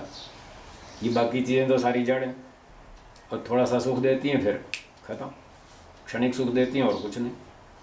और यदि इन्हीं भौतिक सत्वगुण के सुख को ही हम लेते रहे तो हमारा मोक्ष नहीं हो पाएगा। बार बार इस सुख को भोगने के लिए फिर जन्म चाहिए, और यदि शरीर धारण किया तो फिर दुख भोगने पड़ेंगे। तो सारा समझ में आ गया कि बार बार इनके चक्कर में फंसना अच्छा नहीं, बार बार शरीर धारण करना, मन बुद्धि के चक्कर में आना, ये ठीक नहीं। और जीवात्मा में भी देख लिया कोई आनंद नहीं, वो आनंद से शून्य है, और हमको चाहिए आनंद, और वो इसमें है नहीं, तो ये भी रिजेक्ट, इसको भी छोड़ो। ऐसे उसने सारी चीज़ें समझ ली और एक एक करके सबको रिजेक्ट कर दिया, ये कुछ नहीं चाहिए। इस प्रकार से जब उसका ये वैशारद्य उत्पन्न हो गया जीवात्मा तक, तो कहते हैं तदा, तब योगिनो भवति अध्यात्म प्रसादो, तब योगी का आध्यात्मिक ज्ञान ऊंचा उठता है। प्रसाद माने विकास, अध्यात्म प्रसाद होता है, उसके आध्यात्मिक ज्ञान का विकास होता है, उसका ज्ञान अच्छा, बिल्कुल साफ सुथरा, स्पष्ट और ऊंचे स्तर का हो जाता है। क्या होता है उसमें? भूतार्थ विषय, जो वस्तु जैसी है, अर्थ माने वस्तु, भूत माने विद्यमान, जो वस्तु जैसी विद्यमान है वैसा ही वो उसको जानता है, विद्या होगी, शुद्ध ज्ञान वाला, ये उसका स्तर बनता है। मतलब प्रकृति दुखदायक है, ये उसको समझ में आ गया। और जीवात्मा भी अल्पज्य है, एक देशी है, और कभी कभी घोटाले करता रहता है, ये भी उसको पूरा स्पष्ट हो गया, समझ में आ गया। तो इस तरह का उसको ज्ञान होता है, स्फुट, बड़ा स्पष्ट होता है। अब उसमें कोई भ्रांति संशय कुछ नहीं रहता, बिल्कुल क्लियर। प्रज्ञालोक, ज्ञान का आलोक, प्रकाश, मतलब विकास, उसका ज्ञान का विकास होता है, बहुत बढ़िया होता है, साफ सुथरा होता है। क्रम अननुरोधी, वैसे तो शब्दार्थ तो है क्रम के बिना ही, अनुरोधी क्रम का अनुसरण करने वाला, अननुरोधी क्रम का अनुसरण न करने वाला, मतलब एक साथ। तो दर्शन शास्त्र इस बात को नहीं मानता कि एक साथ कई ज्ञान होते, तो हमें यहाँ पर अर्थ बदलना पड़ेगा और ये कहना पड़ेगा कि बहुत तेज़ी से होता है। क्रम तो रहेगा, पर क्रम इतना तीव्र होगा वो पकड़ में नहीं आएगा, ऐसा। मतलब वो जितनी भी तेज़ी से विचार करना चाहे विचार करेगा, और लोग भी तेज़ी से करते ही रहते हैं विचार, लौकिक व्यक्ति भी तो करते ही रहते हैं। वो एक जो डांसर होता है वो क्या करता है, इधर तबले की ताल भी सुनेगा, फिर बाजा भी सुनेगा, गायक के शब्द भी सुनेगा, फिर वो गर्दन भी हिलाएगा, फिर कंधे भी हिलाएगा, कमर भी हिलाएगा, हाथ भी हिलाएगा, पाँव भी हिलाएगा, सारे काम एक साथ हो रहे हैं। वो एक साथ नहीं हो रहे हैं बारी बारी से, पर वो इतनी तेज़ी से होते हैं कि उसको पता नहीं चलता कि पहले गर्दन हिलाई या कमर हिलाई, क्या हिलाया, ऐसे ऐसे पता नहीं चलता पहले क्या हिलाया, फिर वो हिलाता रहता है। तो ऐसे बहुत सारे काम एक साथ होते दिखते हैं, होते नहीं। ऐसे ही उसका ज्ञान का स्तर भी बहुत तेजी से होगा और क्रम का पता नहीं चलेगा। फर्क इतना ही है कि ये लौकिक व्यक्ति लौकिक क्षेत्र में करता है, वो आध्यात्मिक में करेगा, उसकी भी हाई स्पीड होगी, पर उसको बिल्कुल पूरी दुनिया साफ सुथरी स्पष्ट समझ में आ जाएगी। और कैसा होगा, उसके लिए आगे श्लोक है, उसका ज्ञान का स्तर कैसा होगा। तथा चोक्तम, तथा चोक्तम, ऐसा ही कहा है किसी आचार्य ने, प्रज्ञा प्रसादमारुह्य प्रज्ञा प्रसादमारुह्य अशोच्यः शोचतो जनान् अशोच्यः शोचतो जनान् भूमिष्ठानिव शैलस्थः भूमिष्ठानिव शैलस्थः सर्वान् प्राज्ञोऽनुपश्यति। सर्वान् राज्योऽनुपश्यति। उस व्यक्ति का ज्ञान का स्तर कितना ऊंचा होता है उसको समझाने के लिए एक दृष्टांत देते हैं। कहते हैं शैलस्थ, शैल कहते हैं पर्वत को, पहाड़। एक व्यक्ति पहाड़ की चोटी पर बैठा है और वो भूमिष्ठान, भूमि में स्थित मनुष्यों को, नीचे घाटी में कुछ लोग हैं और वो पहाड़ की चोटी पर है, नीचे घाटी है, उसमें कुछ लोग रह रहे हैं। वहाँ कीचड़ है, सांप हैं, बिच्छू हैं, कांटे हैं, गड़बड़ है, बहुत सारी समस्याएं हैं। पीने का पानी नहीं मिल रहा, पानी की तंगी है और गर्मी बहुत है, शुद्ध ताज़ी हवा भी नहीं आ रही जो पहाड़ की चोटी पे आ रही है। ऐसे ऐसे तो घाटी के लोग बेचारे परेशान हैं, दुखी हैं, बहुत सारी समस्याएं हैं उनके पास। और जो पहाड़ की चोटी पर बैठा है वो क्या महसूस कर रहा है, मैं इन सारी समस्याओं से मुक्त हूँ। ये बेचारे परेशान हैं, इनको गर्मी लग रही है, मुझे गर्मी नहीं लग रही, अच्छी हवा आ रही। और नीचे खाई घाटी के अंदर सांप हैं, बिच्छू हैं, यहाँ कोई सांप बिच्छू नहीं है, साफ़ सुथरा है। वहाँ कील कांटे हैं, यहाँ बिल्कुल फ्लैट है, साफ़ सुथरा है, कोई कील कांटे का कुछ भी नहीं है, बढ़िया साफ़ जगह है। और यहाँ पीने का बढ़िया पानी का चश्मा भी है, पानी भी आ रहा है, फर्स्ट क्लास मीठा पानी। तो नीचे घाटी वालों की जो समस्याएं हैं वो मेरी समस्याएं नहीं हैं। ये बेचारे परेशान हैं, दुखी हैं और मैं इन समस्याओं से छूट गया हूँ। जैसे पहाड़ पर बैठा हुआ व्यक्ति ये महसूस करता है, ठीक ऐसा ही अनुभव उस योगी का होता है जिसको निर्विचार वैशारद्य हो गया, जो इस समाधि में पहुंच गया, इतना ऊंचा ज्ञान हो गया जिसका। वो क्या करता है, प्रज्ञा प्रसादम आरोही, वो ज्ञान के विकास पर आरूढ़ होकर के, ज्ञान के विकास को प्राप्त होकर के अशोच्य, वो शोक रहित हो जाता है, वो शोक नहीं करता। आज इसने मुझे गाली दी, कहता कोई बात नहीं, देते रहो गाली, मेरा क्या बिगड़ता है। आज वो मेरे पैसे खा गया, खा जाओ, कोई फर्क नहीं पड़ता, भगवान और दे देगा। इसने मुझ पे झूठा आरोप लगाने दो, कुछ फर्क नहीं पड़ता, कल मैं मर जाऊंगा, कौन जानेगा किस पे आरोप लगाया था। ये सारे लोग भूल जाएंगे थोड़े दिनों में, किसी को कुछ याद नहीं रहेगा। ये तो थोड़ी देर की बात है, क्या परवाह करना, क्या दुखी होना। उसने 2 गाली दे दी, 2 आरोप लगा दिए, कोई मेरा हाथ पाँव नहीं टूट गया, कोई कान नहीं कट गया, कान भी ठीक है, हाथ भी ठीक है, पाँव भी ठीक है, दाल रोटी चल रही है, फिर क्यों दुखी हो। जीने के लिए 2 रोटी चाहिए, वो तो मिल ही रही है, फिर बोलने दो दुनिया को, कुछ भी बोले, क्या फ़र्क पड़ता है। वो इन चीज़ों की परवाह नहीं करता, शोक रहित मस्त रहता है, प्रसन्न रहता है। और शोचतो जनान, सर्वान शोचतो जनान प्रज्ञा अनुपश्यति, वो बाकी संसार वालों को दुखी देख रहा है कि देखो ये छोटी छोटी बात पे दुखी होते रहते हैं। उसने उसके पैसे खा लिए, वो टेंशन में आ गया। उसने उसको 2 आरोप लगा दिए, उसकी 6 महीने तक नींद गायब हो गई। वो बेचारा दुखी है 6 महीने से कि उसने मुझ पर आरोप क्यों लगा दिया। उसने मेरे बारे में अखबार में कुछ उल्टा सीधा लिख दिया, वो बेचारे का नींद गायब हराम हो गई कि देखो सब लोगों ने मेरी बदनामी कर दी। तो आम आदमी इस तरह से दुखी होता रहता है, छोटी छोटी बातों पे परेशान होता रहता है। किसी ने मेरी बात नहीं मानी तो कहेगा साहब बड़ा अपमान करता है, हमारी बात ही नहीं मानता। तो एक छोटी छोटी बातों में दुनिया दुखी होती रहती है और वो दुखी नहीं होता, वो इन छोटी बातों की परवाह नहीं करता, इन सबसे ऊपर उठ चुका है।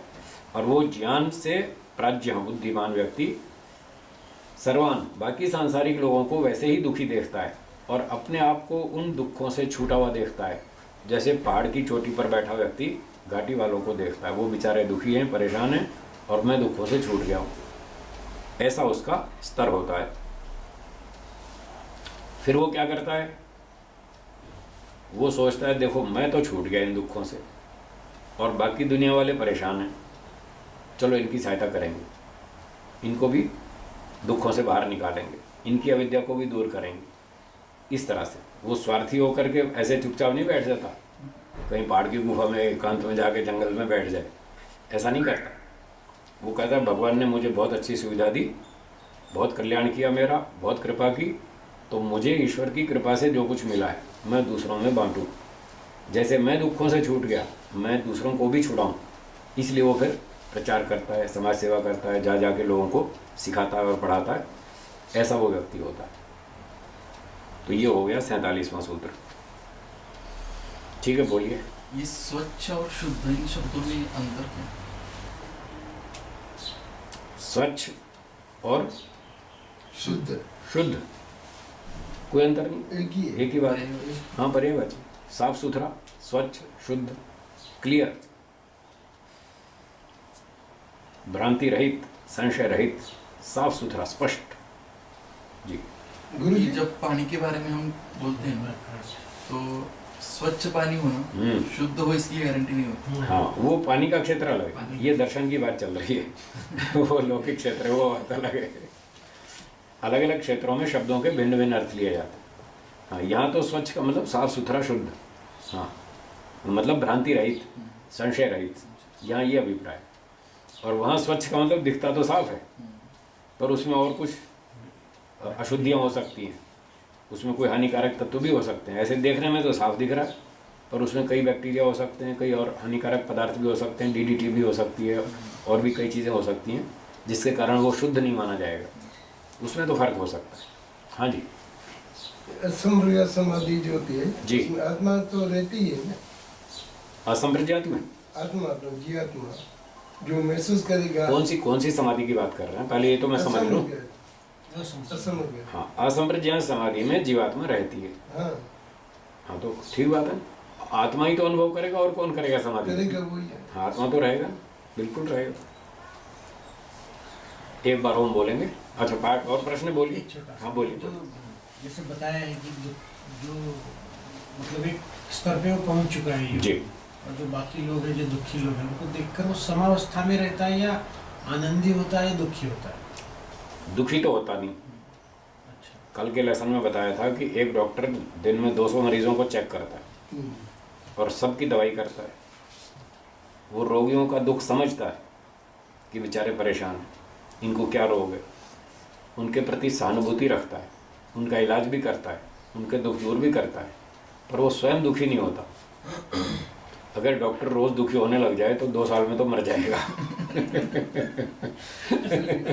खुद दुखी होने लग जाए तो 2 साल में तो मर ही जाएगा। कल बताया था। तो जैसे डॉक्टर रोगियों को देखता है, उनका दुख समझता है, सहानुभूति रखता है, उनके दुख को दूर भी करता है, पर स्वयं दुखी नहीं होता, ऐसे ही ये योगी व्यक्ति लोगों की समस्याओं को समझता है, उनकी परेशानी को महसूस करता है, मतलब उसको समझता है कि ये बेचारे दुखी हैं, परेशान हैं, और उनके दुख दूर करने का प्रयास भी करता है, पर स्वयं दुखी नहीं होता। और दूसरा, वो खुश भी नहीं होता कि अच्छा ये पिटने दो, ऐसे नहीं। उसको जो आनंद प्राप्त होता है वो तो अलग चीज़ है। वो उसका इंडिविजुअल है, वो उसके ज्ञान की वजह से है। जी।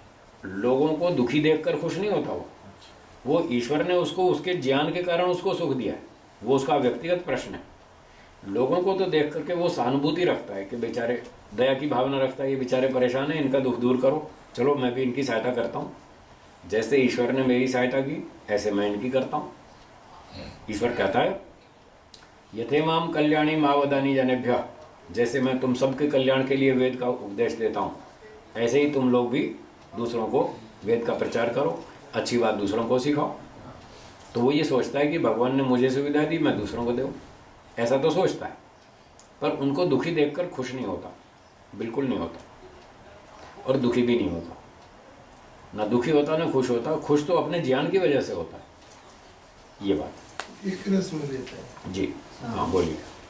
तो हम लोग योगी किसको कहेंगे? जिनको ज्ञान है, शाब्दिक ज्ञान, या जिन्होंने अनुभूति कर ली है, किसको कहेंगे? जिसको शाब्दिक ज्ञान है उसको योगी नहीं कहेंगे, उसको योगी नहीं कहेंगे। जिसने थोड़ा प्रैक्टिकल शुरू किया, ज्ञान के बाद, थ्योरेटिकल के बाद थोड़ा प्रैक्टिकल शुरू किया, और उसका धीरे धीरे अभ्यास बढ़ता जा रहा है, उसको हम योगी कह सकते हैं, योगाभ्यासी कह सकते हैं। और ज़्यादा स्पष्टता के लिए जो समाधि तक पहुंच गया उसको तो योगी कह देंगे, उसने योग सिद्ध कर लिया। जो समाधि तक नहीं पहुंचा, अभ्यास कर रहा है, उसको योगाभ्यासी कह देंगे, ताकि लोगों में भ्रांति ना हो। ठीक है ना। जैसे एक डॉक्टर अभी पढ़ रहा है, 5 साल का कोर्स है MBBS का, अभी 2 ही साल हुए उसको, 1 ही साल हुआ, तो सीधा तो उसको डॉक्टर कहना ठीक नहीं है ना। अभी तो पढ़ाई चल रही है उसकी, और जब डिग्री मिल जाएगी, कन्वोकेशन हो जाएगा, अब वो क्लिनिक खोलेगा, अब बोलेंगे डॉक्टर साहब। तो जब डिग्री मिल जाए तो डॉक्टर साहब, और नहीं तो पहले अभी पढ़ाई चालू है, ऐसे स्पष्टता ये रहती है। तो जो अभी समाधि तक नहीं पहुंचा उसको बोलेंगे योगाभ्यासी, अभ्यास कर रहा है, सीख रहा है। अब वो सीखने में भी स्तर होते हैं अलग अलग, कोई 20% सीखा, कोई 30% सीखा, कोई 50% सीखा, कोई कितना सीखा, चलो सीख रहा है, इतना ही सही, उसको योगाभ्यासी नाम से कह सकते हैं। और जो समाधि तक पहुंच गया उसको फिर योगी नाम से कहना चाहिए। इस तरह स्वामी जी, हम आपको क्या कहेंगे? हमें योगाभ्यासी कहो, सीधी बात है, जो सच्ची बात है वो सीधी बात है, हमें योगाभ्यासी कह सकते हैं, वही ठीक। इससे लोगों में भ्रांति भी नहीं फैलेगी, और हमें भी सत्य बोलने का संतोष रहेगा, हम भी सच बोलते हैं, ईमानदारी से काम करते हैं। जो केवल पढ़ाते हैं उनको विद्वान कह सकते हाँ, उनको विद्वान कह सकते हैं। जो पढ़ाते हैं, थियोरेटिकल पढ़ाते हैं, प्रैक्टिकल वो नहीं जानते, कुछ करते नहीं, कुछ ऊँची योग्यता नहीं, तो वो विद्वान कहलाएंगे। विद्वानों में भी शाब्दिक विद्वान, ये भी ध्यान रखना। हाँ, क्योंकि योग दर्शन विद्वान से भी वो प्रैक्टिकल वाला लेता है।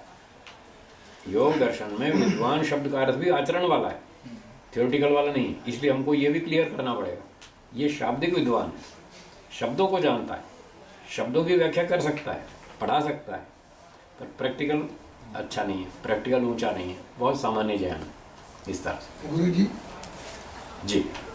आपके कहने के अनुसार आप 70 का मंजिल पार कर चुके हो, ये अब मोक्ष की, ठीक बात है। तो आपको योगी नहीं बोले तो क्या बोल सकते? बताया ना, अभी वो थोड़ा दूर है काम, अभी थोड़ा और रास्ता दूर है, मंजिल अभी दूर है, इसलिए हम जैसी बात है वैसी कहते हैं। हाँ, लेकिन 70 का तो आप पार हो चुके हो ना। हाँ हाँ, अभी 100% नहीं हुआ ना। 70% जो पार किया हमने, किस बात का पार किया वो भी तो देखना है ना। 70% जो 70% जो हमने रास्ता पार किया, एक होता है समाधि तक पहुंचने का, एक होता है मोक्ष तक पहुंचने का। मोक्ष अलग चीज़ है, समाधि अलग चीज़ है। समाधि तक पहुंचने के लिए तो हम 70-80 तक पहुंच गए, 80 तक भी पहुंच गए, अभी 20 मील बाकी है। और मोक्ष तक पहुंचने के लिए अभी 70 पहुंचे, उसमें 30 मील बाकी है, क्योंकि समाधि के बाद फिर मोक्ष का काम और बाकी है, और दूर है मंजिल। तो इसलिए 2 टारगेट अलग अलग हैं, तो दोनों का उत्तर अलग अलग दिया जाएगा। अगर कोई पूछे मोक्ष कितनी दूर है तो हम कहेंगे 30 मील, कोई कहे समाधि आपसे कितनी दूर है तो हम कहेंगे 20 मील, ऐसे अलग अलग उत्तर देंगे। ठीक है, ओम बोलेंगे।